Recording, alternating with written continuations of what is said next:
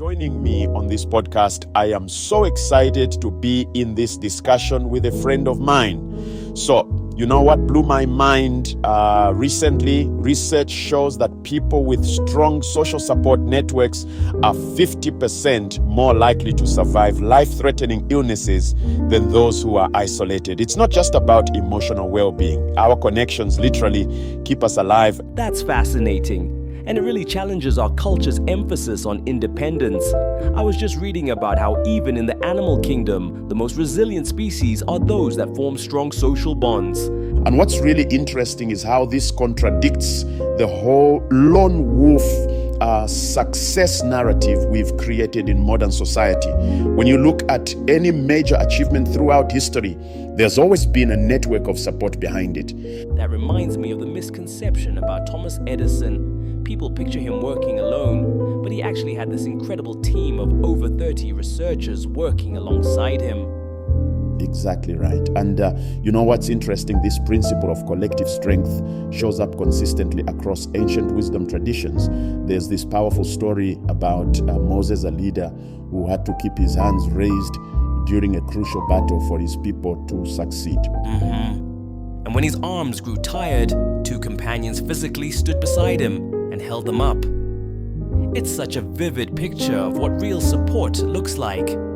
Well, here's what really strikes me about that story. Even though he had the vision and the calling, he still needed people to support him in that crucial moment. It completely challenges this idea that needing help somehow diminishes our capability. That's such an important point. You know, studies show that leaders who actively seek support and feedback actually perform better than those who try to go it alone.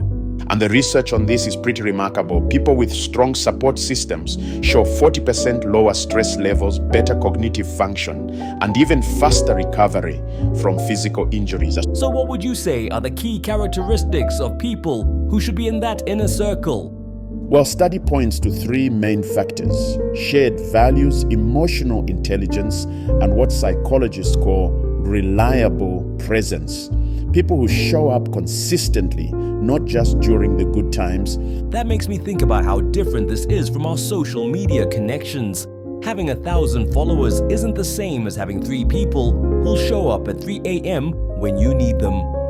You know what's even more interesting is that despite having more ways to connect than ever before, rates of loneliness have doubled since the 1980s. We are more connected, but less supported. How do you suggest people bridge that gap between surface-level connections and meaningful support?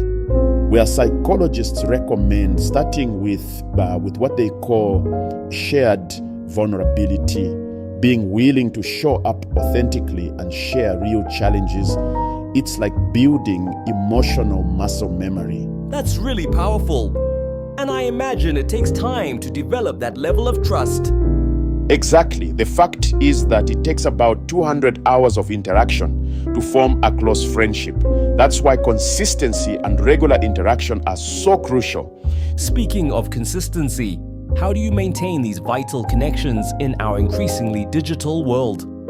Well, a well-researched fact shows that virtual connections can be meaningful, but they need to be supplemented with in-person interaction. Our brains process face-to-face contact differently. It releases different neurochemicals that strengthen bonds. Wow, that's amazing. It really shows how we're wired for physical presence. And here's something surprising. Studies show that having strong social connections can be as beneficial to your health as quitting smoking. It's that powerful. That really puts it in perspective. What other practical steps would you suggest for building these vital connections? Well, social scientists recommend what they call the trinity of connection: regular check-ins, shared experiences, and what they call active listening presence. It's about quality over quantity. That makes me think about how different cultures approach this. Many traditional societies have built-in practices for maintaining community bonds. Exactly right. Societies with strong social support systems show remarkably lower rates of mental health issues and higher levels of overall well-being. So what would you say to someone who's realizing they need to strengthen their circle? Well, starting with what psychologists call proximity activation, putting yourself in environments where you're likely to meet people with shared values and interests. But here's the key. It's not about forcing connections, it's about creating opportunities for natural bonds to form. That's really helpful. Any final thoughts about building and maintaining these vital connections? Yes, remember that building your support circle isn't just about having people to lean on during tough times. Studies show that shared joy actually creates stronger bonds than shared pain. So focus on celebrating successes together as much as supporting each other through challenges. It's about creating a community where everyone becomes stronger together.